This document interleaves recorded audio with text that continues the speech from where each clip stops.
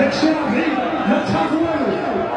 حنا في بلادنا امنين مستقرين، ما خايفين من حد.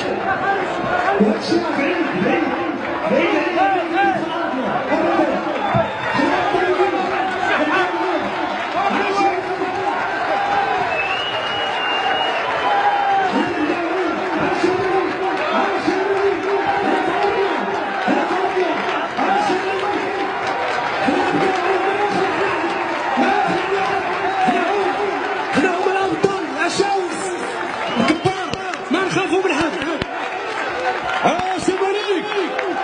سلمريك والصحراء صحراؤنا والمالك مالكنا. سلمريك سلمريك هنا ابطال قواتنا المسلحه الملكيه.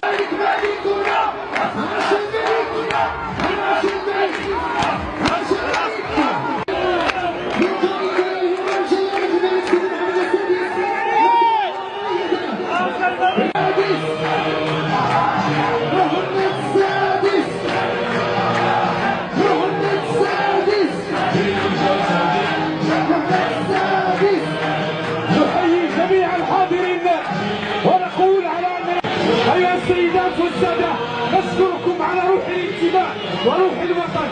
دائما ستستمر فعاليات هذا الملتقى الناجح، ولكن على أننا احتمال انفجار حرب بين الجزائر والمغرب بمبادرة جزائرية. هذا كما جاء على لسان وزير الخارجية المغربي ناصر بوريطة، وكان الصريح ما يقدرش يخلي الناس هكذا يعني مر الكرام.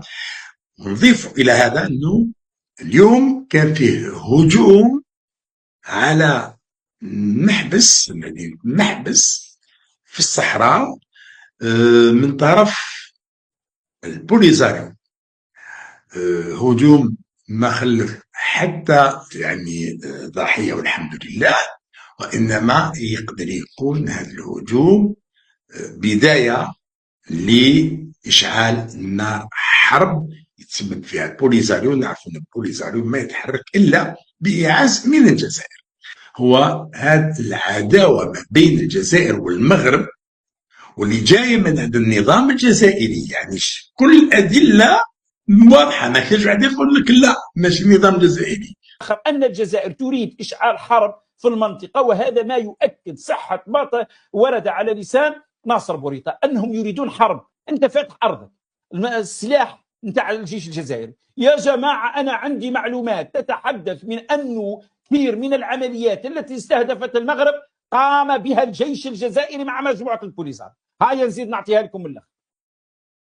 بل الكثير من العمليات على أساس أن العنوان البوليزاريو في الداخل الجزائر اللي يقوم بها، لذلك هي حرب بالوكالة تقوم بها الجزائر عن طريق البوليزاريو، وكاين عمليات قصف قامت بها الجزائر لكن تحت اسم البوليزاريو. وهذا إلى أين؟